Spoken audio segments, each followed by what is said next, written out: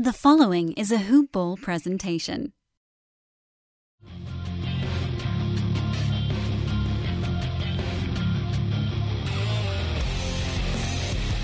Welcome to the Fantasy NBA Today podcast. As promised, it is gambling day number 2 on the podcast this week. Welcome to Fantasy NBA Today, everybody. I am Dan Besbris. It is your Wednesday edition of the pod, which means you've got me solo, and it means I'm going to yak at you about sports betting again. Because, that's what we're doing. As you may recall, last time, meaning Monday, not yesterday, last time we left off with the Los Angeles Clippers, so we will break right into the Lakers today. But first, got to give you an update on everything going on over at Hoop Ball. First and foremost, at Dan Besbris, if you want to give me a follow on Twitter. You guys largely already do that, but it's habit now. I say it on every show, and so you're just going to hear it again. At Hoop Ball Fantasy, at Hoop Ball Tweets, if you want to follow any of those guys. Of course, my co-hosts here on the pod, at Adrian Benjamins, and at Ball with Neil. First things first, the Hoop Ball Draft Guide should be coming out anytime within the next 48 to 72 hours. Yes, hashtag soon, as Brewski's been saying. But don't worry, news will be everywhere, but just letting you know here on the podcast that if you're big into the fantasy stuff, if you're getting ready to start planning your fantasy draft strategy, the Hoop Ball Draft Guide is the best of the best of the best, and there will be an ultra early bird discount for those that get the draft guide right after it first becomes available. So make sure to follow those Twitter accounts, set up alerts if you so desire to make sure you can see the sale price the moment it comes out. You get alerts from at Hoop Ball Fantasy or at Hoop Ball Tweets. I'll try to make sure I retweet anything that's going on. But that's big news. That's probably the biggest news that we'll have for you at Hoop Ball this offseason. It includes profiles. It includes breakdowns, all the different types, 9-cat, 8-cat, Dynasty, Keeper, you name it. And, of course, as we get closer to opening day, you will also get access to the Brewski 150. You can even combine the draft guide with the season pass. But, of course, we'll have more information on all that stuff once we see pricing, and that'll be coming out in the next couple of days. So big news on that front. Also, we've got the Hoop Ball Leagues going right now. As you heard on yesterday's podcast, the Hoop Ball Dynasty Leagues are full. If you'd like to get on the waiting list, you can do that at the Hoop Ball forums. You can also get into the Hoop Ball Standard Leagues, the redraft leagues. We got free head-to-head, free roto, $50 head-to-head, and $50 roto leagues.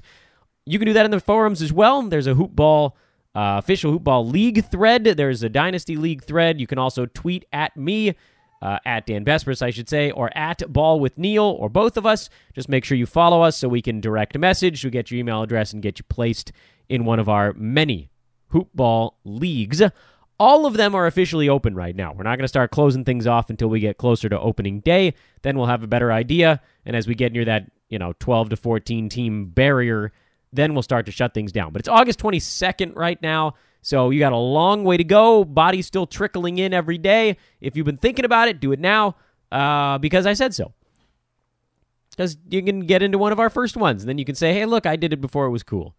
You can be like a hipster hoop ball leaguer. I didn't want to spend too much time on this miscellaneous riffraff. Of course, obviously, the one thing I should say on every show, but often forget to, please rate and review the podcast if you have a moment. I know some of you that are finding this show are new to the podcast. We know because the listenership numbers are starting to creep back up again little by little, and I haven't bugged you guys to rate and review the podcast yet. You can do it via the podcast app on iTunes, or you can do it through the actual iTunes software, but I don't know. I think I might be the only person left on Earth using a standard PC. Okay, sports betting stuff. Last time we finished up with the Clippers. That was one of my favorite overs on the board. We moved to the Lakers, the other team from Los Angeles, and we'll just grind our way through as many teams as we can before we hit about the 35 or 40-minute threshold on today's podcast, and then we'll put the rest of these in our pocket for next time. The Lakers line is set at 48.5 this year. That is, of course, a LeBron James-centric line. The Lakers are coming off a season where they didn't crack 40 wins. In fact, I don't believe they got close. But I did miss that one last year, so, I'll take that hit where I have to. The Lakers went over. I think the thing in looking back and just in terms of what we could probably learn from that Lakers loss is that a team that does not have its first-round draft pick is more inclined to make a push towards the end of the year, and you can kind of, it's not cheating, that's the word I was going to use, not to signify that they bent the rules in any direction, but just to, say you're like cheating forward a little bit, you're just kind of like inching up on it. And for the Lakers, they're just sort of cheating forward a little bit at the end of the year when everybody else was either trying to get into that last playoff spot in the West or just lose. Everybody else was trying to lose at the end of the year. And so the Lakers, who played quite well from about January on, which did in fact correspond to when they started playing better lineups, went 35-47. Then LeBron James comes to town, and the Lakers line gets adjusted up by another 14 wins. LeBron, by all accounts, the metrics show, he's worth about 15 wins. He's worth about 15 wins. The Lakers, with their 35 wins last year, ended up pretty close to where the numbers indicated they should. They were generally a little bit better on the offensive end than people figured. They were generally a little bit worse on the defensive end than I think people expected. And there's been, obviously, some turnover. The Lakers have all these weird goofball veterans. Who knows what role they're going to play this year. They also lost Brook Lopez, which I thought was a pretty big deal. They lost Julius Randle, which I don't know if you're going to call that quite as big of a deal, but it's a deal. And so they're very much a new-look team, despite having the same young core of Lonzo Ball, Josh Hart, Brandon Ingram, and Kyle Kuzma. So how do you make heads or tails of a team adding LeBron James in the dogged Western Conference and adding 14 wins? Well, there's this weird narrative floating around right now that the Lakers feel like they're being underrated because various experts have put them right on the Western Conference playoff bubble, and some have even put the Lakers on the outside looking in. So the young guys are using that as motivation. I don't think LeBron really cares either way. Could he truly care either way? This is LeBron James we're talking about. I don't think he's too worried about what an ESPN expert is saying in August. But is it really true? Are the Lakers really being underrated when they see this line of 48.5 wins, when they see that they're going to be towards the bubble portion of the Western Conference? Is that really an underrating, or is that kind of a pragmatic rating of the Lakers? I happen to think that the 48.5 number for LA is pretty good by all accounts. I don't think LeBron James is going to go hard enough to get to 52, 53 wins for this team, even though I believe that with the growth of the young guys, and if LeBron played his butt off like he did last year in Cleveland, you could see this team get to 50 wins. What I don't think is going to happen is LeBron playing 82 games again. I do think the young guys are going to get better. I do think the Lakers are going to have issues with rim protection. It's not going to be JaVale McGee.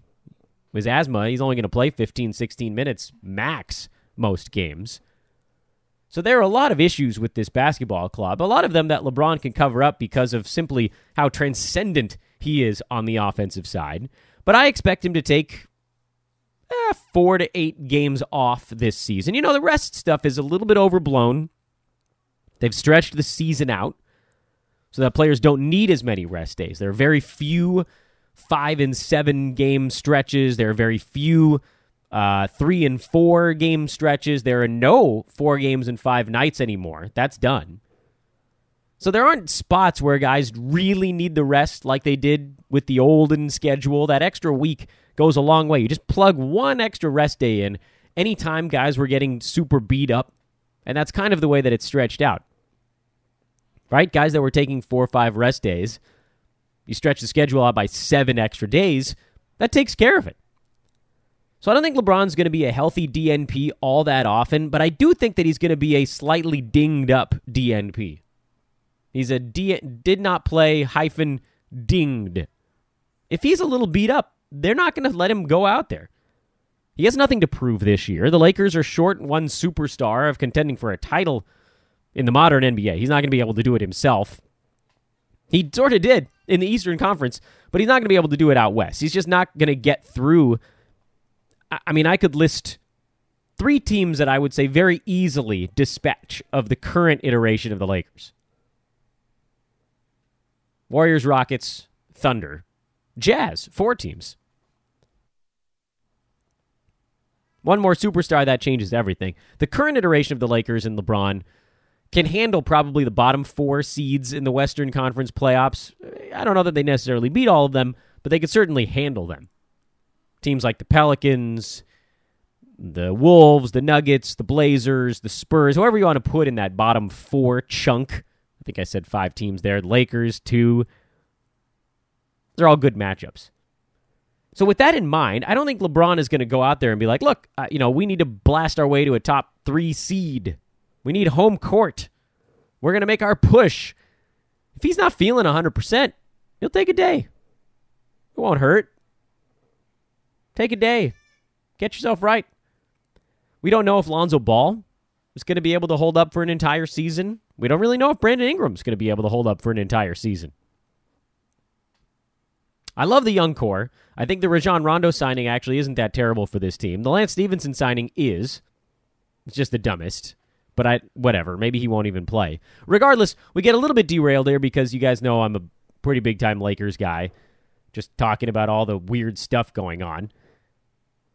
Trying to get back on the train tracks. Here's the thing. Because there is no pressure on this team to win a championship. The only pressure here, I think, is to get to the playoffs. And I think out west, you're looking at about 47 wins. Get into that last spot, just like last year. 47 is not enough. 49 we need here to get to the over. Some people are saying, oh, this line is it's low to get people to bet the over on the Lakers.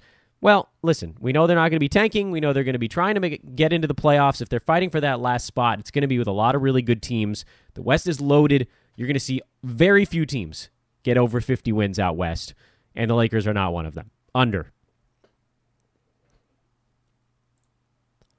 Memphis Grizzlies, 34.5. I struggled with this one quite a bit. But then I remembered that most casual bettors don't really know the entire story of the Grizzlies' 2017-2018 season the way that we do. They were awful. Make no mistake. They were a really, really bad basketball team. But they very rarely played at full strength. Mike Conley's their most important player. He was never healthy. He played, I think, 11 games? Was that the final total? I forget. It was very few. He played for like a month, and then that was it. They just shut him down. They said, the heck with it. Chandler Parsons has never been right. He's not really a factor. Marc Gasol was there, but his shooting percent, efficiency-wise, he was pretty awful this last year, trying to do everything himself. Tyreke Evans had a strong season for Memphis, but they just benched him for long stretches as they went into tank mode. And then beyond those guys, there just wasn't much else. They made a couple of good moves this offseason. They signed Kyle Anderson away from San Antonio to shore up their defense and passing and just kind of an all-around guy. They brought in Garrett Temple from the Kings as another tough defender. They got tougher this offseason. They went back to sort of the old-school Grizzlies model. So you're looking at a team now, and maybe it would be better, really, to look at the Memphis Grizzlies from 2016, a team that won 43 basketball games with basically this same roster that was just a dumpster fire last year on their way to 22 wins. Which of those teams is accurate? Which of those Memphis Grizzlies teams is the one that can actually get you over the hump?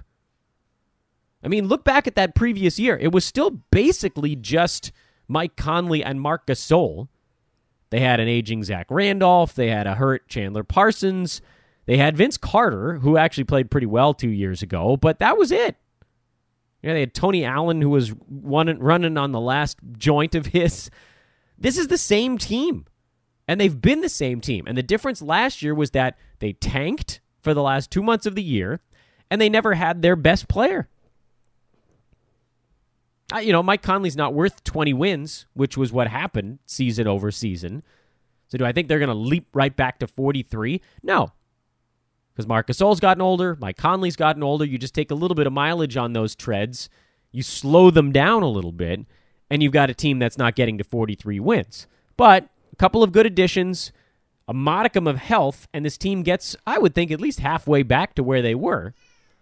And for that reason, we actually lean to the over on this 34.5. I know that seems completely nuts. They're a 22-win team that needs to go up 13 wins. Just getting Mike Conley back from injury, adding Slow-Mo and Garrett Temple. It doesn't seem like enough to get 13 more wins, but if you call those three guys, let's say those three guys are worth 7, and then you actually let Memphis play hard for the final 2 months of the year, well, that's a game changer. The 2016-2017 Memphis Grizzlies, as we just mentioned, they were in the 40s. 2017-2018, 22 wins. Memphis, by the way, this year, won 5 of their first 6 games. I don't know if anybody's going to remember that. Mike Conley played 12 games this season. I was wrong. It wasn't 11. He played the first 12 games of the year. And the Grizzlies won 7 of those. They went 7-5 with Mike Conley on the floor. He sat out a game against Orlando, by the way, in the middle of that stretch. If you're looking and you're wondering why I'm not saying 7-6, they were 7-5 with Mike Conley on the floor, and he clearly wasn't himself for at least the last 2 of those games. They lost both of them. So you could almost argue they were 7-3 with Mike Conley on the floor. They beat the Warriors, the Rockets, the Pelicans, the Rockets again. I mean, they beat the Rockets twice in the first 2 weeks of the year. Basically the only losses that Houston had for the first 3 months. This is a different team with Mike Conley on the floor. I like the over for Memphis. I think he's worth more than people realize. And I also think, again, and this is the point I was going to make before I got sidetracked by the Mike Conley stuff, if you look at the way Memphis played after Conley went down, remember that 22 total number of wins, and they had 7 of those in the first 12 games of the year. So over the next 70 games, they only won 15. We went 15-55 from that point on. Yikes. That's a pretty big difference. So yeah, a lot of that was because Conley was out, and a lot of it was because they stunk with him out on the floor. And then a lot of it was just not trying. I mean, coming out of the All-Star break, I think Memphis was in the middle of, what did they lose? They lost like 15 games in a row around the All-Star break. That's not happening if they're healthy. It's hard to lose that many games in a row. It's hard to do it, and it's hard to stomach it. Lakers over, Lakers under, Memphis over. I think they get to 36. The Miami Heat. That's your next team on the docket here. The Miami Heat, 41.5 is the number for Miami. A team coming off a 44-win season last year. On a 43.5 number, they went over, and their number got adjusted down by 2 wins. And this, to me, is another example of odds makers staying ahead of the curve. I love Miami. You guys know that. I've always liked the way they've been able to put the pieces together. Because on paper, the Miami Heat, for 2 seasons now, have been kind of a mishmash, a mismatched puzzle that somehow Eric Spoelstra figured out a way to make it work. And I think I can safely say how he made it work. He just removed the pieces that didn't fit on a night-to-night basis. And every guy on the team was sort of a different puzzle piece on every night. You never knew what you were going to get out of Hassan Whiteside. You never knew what you were going to get out of Dion Waiters. Josh Richardson was extremely inconsistent until midway through this most recent year. And I'm talking about 2 years now, and obviously Dion Waiters missed most of this season. You didn't know what you were getting out of Tyler Johnson. There were just a lot of really weird pieces on that Miami team, and they figured out a way to make it work. But I'm worried. And this is why I lean to the under on Miami this year. I think they're set to take a step back. James Johnson getting older. Goran Dragic getting older. Hassan Whiteside, clearly not the man he was 2 or 3 seasons back. He's just lost the explosiveness. And I'm not sure he ever truly gets back. I know all the news coming out of Miami is about how things are fixed and James Johnson had a sports hernia and blah, blah, blah, and so on and so forth. But I don't buy it. I think they're just old. I like Kelly Olynyk. I think he's a good piece for that team. But I think he might be, with Josh Richardson, maybe the only 2 really good pieces left for this Miami club. So I think they're going to go back before they come forward. Pat Riley knows he needs to lure a star somehow. And the way to do that, at least the modern NBA, is to open up a boatload of cash, which they also don't have. I think Dion Waiters being healthy makes them worse. That's subtraction by addition, if you want to call it that. They also didn't have much out of Rodney McGruder last season. So, there's a minutes crunch here, and they're trying to free it up. And they've managed to sort of piecemeal things together on a nightly basis. But I really wasn't that impressed with Miami last year. In fact, I could argue that they played worse than a lot of teams that they actually finished ahead of in the Eastern Conference. Like, they ground their way to those 44 wins, some of which they probably didn't have any business getting. And so you sort of roll the tape back on this club, and you realize that if they lucked their way even to, say, 2 wins, and they get worse season over season, well, they got no shot. So I know that I've been sort of riding the Miami train for a couple of years now. This is a team, to me, that has a lot of issues to sort out. And on top of all of that, here's the sort of icing on the cake. They're definitely trying to move Hassan Whiteside. And so if he gets punted, if he gets shipped out, who knows what they're going to actually turn up in such a deal. But they do sort of lose their lone shot blocker. I know there's Bam Adebayo. I suppose there's Bam Adebayo. But Whiteside still makes them better when he's on the floor. Even if it's by a little bit. Even if he's not the guy he was before. He does make them better. And so there's a lot of reasons to believe this team actually goes the wrong direction this season before they actually start going forward again.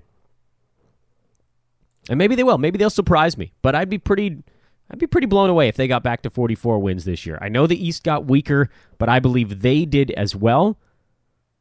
And they got to clear out some pieces. They got too many bodies. It's an issue for fantasy purposes as well, but that's not what we're getting into on today's pod.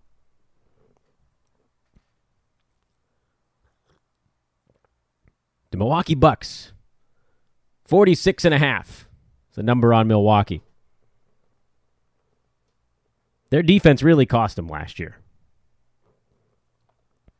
Big time. I mean, there's no reason why a team as good as Milwaukee, as loaded as Milwaukee, should finish the year with the same number of wins as the Miami Heat, the team we were just talking about. Milwaukee is so much more talent than Miami. This, by the way, a very good example of what coaching can do, of what defense can do, just being able to sort of move the pieces in the right direction. Milwaukee, we talked about it many times on the podcast. They play this hair-on-fire brand of defense that ends up hurting them. They just open lanes everywhere. But I liked their offseason. I think they made some good moves this offseason. Brook Lopez is a nice signing for Milwaukee. Ersan Ilyasova was a nice signing for Milwaukee. Floor spacing, guys that can box out. Ilyasova, good offensive rebounder. I know Lopez doesn't get many rebounds, but his big body is in front of the big dudes on other teams. He does make an impact. Look at the metrics. Watch the games. Hell, I mean, the eye test tells you he's out there and he's boxing people out, even if he's not going to get the boards. There's still Eric Bledsoe. There's still Chris Middleton. There's Giannis Antetokounmpo. There's Malcolm Brogdon. This team is loaded to the hilt. And I do believe that this is the season they finally start to turn a corner. We started to see a little bit of it from Milwaukee in the postseason this year. A look at what they could do when they start to get things turned up a little bit. You know, that's not to say that they're going to be playing that well on a nightly basis when it's not the postseason. But what I am saying, and this has at least something to do with their competition in the playoffs. Remember, they played the Boston Celtics, a team that had a crazy home-road split going on. But in that series with Boston, Milwaukee won all of their home games and lost all of their road games en route to a series defeat. So this is a team with a number of things working in its favor for us this year on and over. The only thing working against us is that they are a fairly public team. When you have superstars on your club, people tend to bet overs. So yes, this line is probably a little bit higher than it should be, given the team won just 44 games last year, added some pieces that are probably not worth 3 wins on their own, but team growth should be, and narrative definitely is. This is a team that's going to play better basketball. This is a team that has better personnel for what they want to do on the court, which, you guys know how much I love John Henson for all those years that he was a block specialist and then finally got a chance this year and didn't really do anything with it. But he crowded the lane for them.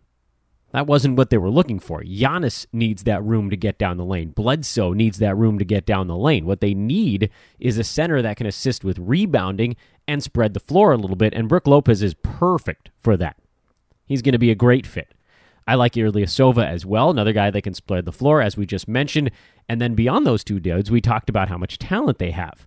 But I believe that this is a team that's going to get out to a strong start on the year. They know how much it matters to get some wins under their belt. They realize, look at the Eastern Conference standings from last year. Milwaukee at 44 wins.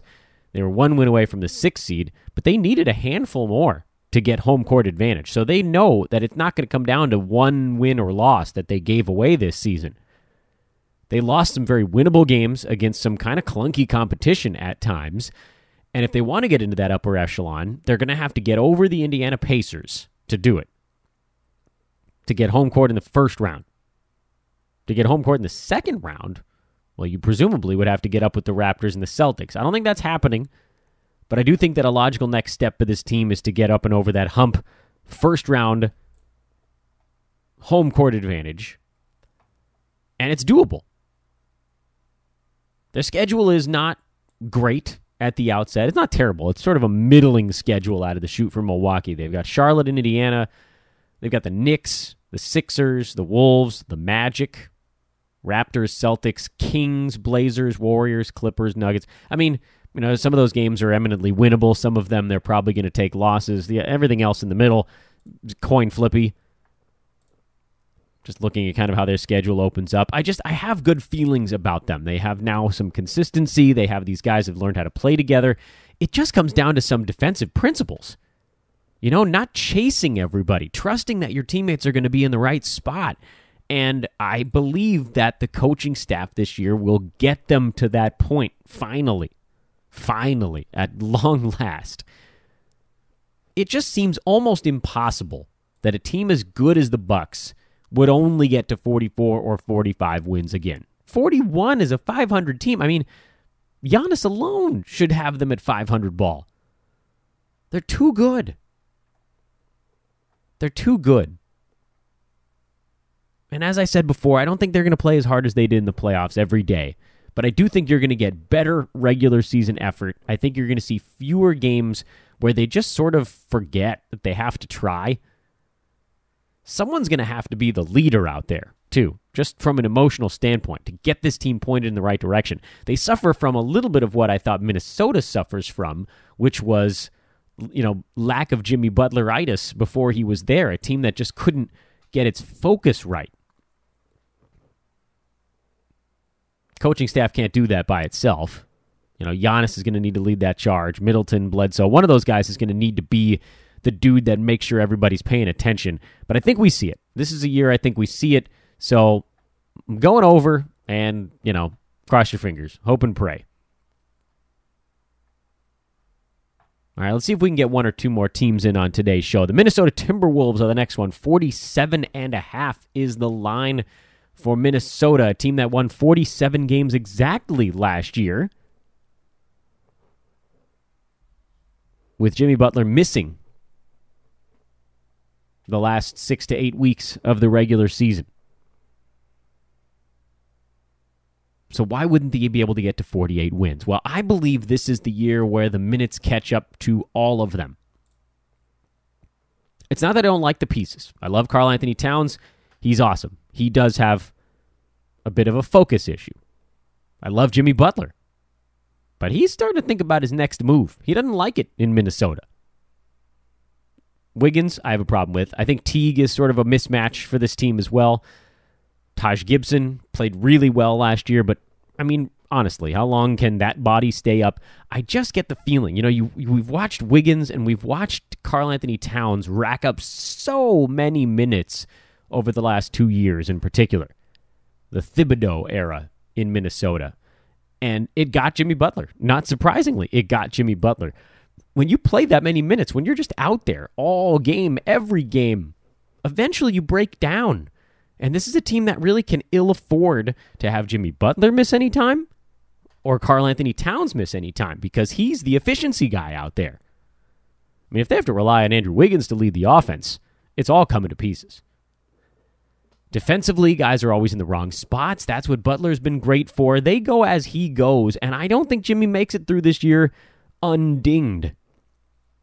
I don't think Taj Gibson makes it through this season undinged. Frankly, I don't think Karl Anthony Towns makes it through another full 82.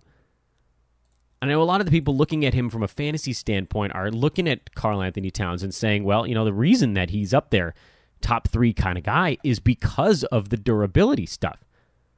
He's never in the top 3 in a per-game average. That's not his game.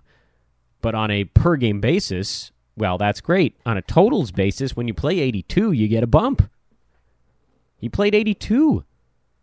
He was up there in LeBron James territory this year in minutes per game. I mean, it's just too many. It's too many minutes. It's too many games. Yes, he was at 35.5 this year, which I guess is a small step in the right direction. I mean, he's going to be a very safe fantasy play regardless, but that's not what we're talking about right now. Down from 37 minutes the year before. He's played every single game of his NBA career. He's 246 for 246. Eventually, it catches up with you. Little things. Cuts and bruises, that type of stuff. It catches up with you. This is the year. So, if everybody stays healthy, this one's going down the toilet. They're going to make it. They'll be a playoff team. They'll be a decent one. If all 3 of their main guys, in particular the main 2, in Butler and Cat, if those 2 guys stay healthy, it's going over. But I don't think they do. So this isn't like, and I forget which team it was, where I was talking about how I felt like 5 things needed to happen for it to go over. You guys remember what team that was? It was one of our unders. I just can't remember which one. Was it the Pacers? It might have been the Pacers. In any event, a couple days ago, we had a segment on the podcast where I said I felt like 5 things all needed to go right for a team to hit the over. And if any one of the 5 things didn't, they were going under. This is how I feel. This is how I feel about the Wolves, but with like 3 things instead of 5. So it's much more doable. They need Cat to be healthy all year. They need Jimmy Butler to be healthy all year. I don't know. And then there's a third one. It's not Andrew Wiggins. They could afford to have him miss time. They could afford to have Jeff Teague miss some time. They could afford to have Taj miss some time. I guess it really just does come down to those 2 dudes.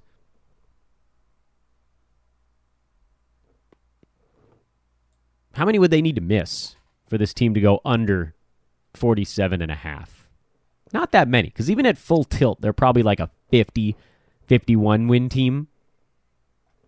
10 games? Either of those guys misses 10. If they both miss 10, then they don't have a chance. So we're riding on that. We'll ride on the notion that they won't stay healthy. All right, last one for today. The New Orleans Pelicans under 45.5. I got last year's number wrong. I thought they would go under, but I got it wrong for the wrong reasons, if that makes any sense. I didn't think Boogie and AD would work all that well, and it didn't really. I also said that I thought there was a chance Rajon Rondo might be helpful for that team, and he sort of was. But I also didn't predict that Boogie would just go down, and Anthony Davis would crank it up to 11, and the Pelicans would go nuts. So it was all sort of a domino thing, where I thought it would go under because I thought the pieces wouldn't all mesh together well, but one went down, and that allowed the other pieces to mesh. I wonder how that would have worked if Rondo and Boogie were together the entire year. We'll never know. Might have still worked, but I don't know that it would have. We saw AD go to another level. We saw Drew take it to another level. Drew Holiday playing alongside Rajon Rondo as a little bit more of an off-ball guy. His game changed. Remember, he was playing point guard 2 seasons back. We watched a ton of those games to try to get a feel for what they were doing in New Orleans, and he was awful as a point guard. Awful. You can say what you want. He's a very good basketball player, but as the point for that team, he was terrible. His passing was slow. It was late. It wasn't on point. Like, it wasn't in the right spot for guys. There were a lot of turnovers, a lot of those 0.3 of a second where a guy has to regroup after catching the basketball in the wrong part of his hand or reaching away from his body. It was awful. But then last year, allowing Drew to play in a little bit more space, to be part of the offense, and Rondo to orchestrate, to make the quick pass, that changed everything. I'm not a big fan of Elfrid Payton. I know the metrics show that he's a pretty decent basketball player. I think the metrics fail to see some decision-making issues for him. Where the peripheral stuff, he's got good range, not shooting range. He's got good range defensively. He's a good ball handler. He's quick. He's big for a point guard. A lot of those things do work in his favor. But I don't think that it's going to be as simple as with Rondo. I think there's going to be issues. I mean, we're talking about a guy in Elfrid Payton that couldn't make good enough decisions to see consistent playing time on the Suns last year. So Drew as primary ball handler is a bad thing, and if that ends up happening this year, that's bad. Anthony Davis, he's not as injury-prone as people would like you to believe, but he will miss a couple of games. Just happens. But even if he misses, 5, 6, 7 games, those are almost automatic losses for New Orleans. Almost automatic. They just don't have the firepower without him on the floor. And they certainly don't have the defense. Niko Mirotic, nice pickup last year. Julius Randle, a guy that's probably going to get more positive credit than he deserves. He's made some really nice strides last season, but struggles big time on the defensive end of the basketball. And so with that in mind, I think New Orleans actually stays under this number. Remember, they won 48 games last year. And then their total got adjusted down. And their total this year is 3 less than that? 45.5? Yeah, so I think they're staying under just by a little bit. This is a team to me that slips into the last type of spot in the Western Conference. You're probably looking at right around 45 wins. I mean, it's a pretty good number for the Pelicans. This is a pretty accurate line. So it's not one that I'm going to say we're extremely confident in. But again, if Davis misses those 6-7 games, that's the type of change that takes them from a 50-win team to a 45 or 46-win team. Simple as that. Can AD go as hard throughout the season as he did after Boogie went down last year? No, absolutely not. No one can. No one can play like that for an entire season. That would definitely lead to injury, and that's worse for them than just letting AD coast at 85% most of the year. I think New Orleans beats out Minnesota for the last playoff spot in the West. Or Portland, maybe. Well, Portland's probably on the outside looking in. This is a tough one. New Orleans is kind of a tough one because, like with Minnesota, you can look at it and you can say, "Hey, here's our game plan. We could get right and we could get deep into the weeds on this thing and really parse it." But it comes down to health. With New Orleans, there's a little bit of other stuff at play here. The Elfrid Payton factor, the Julius Randle factor. Randle's a little bit of a lane clogger. He doesn't have range, which it's part of why I thought Niko Mirotic was such a beautiful pickup for that team, is he could just step out on the floor, let AD go to work. And Nico can fire away when the shots come open, which they will. So I think there's going to be some chemistry stuff going on with this team. I think there were problems that could have arisen last year that might sort of rear their heads this season. And heaven forbid anything bad actually happens to Anthony Davis. If an actual real injury comes to that dude, then they're totally cooked.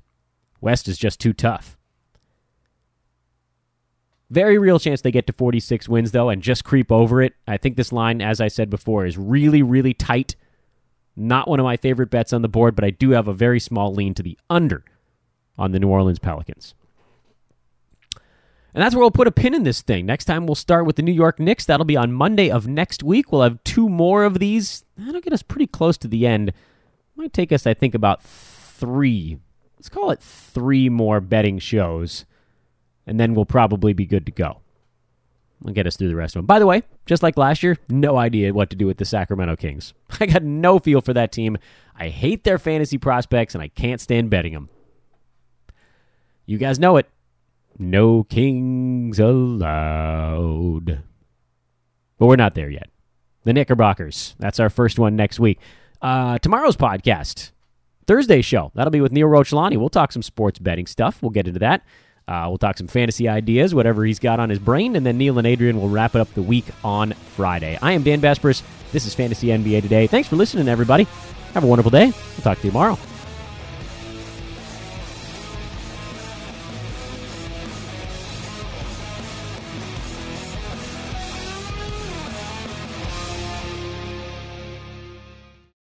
This has been a Hoop Ball presentation.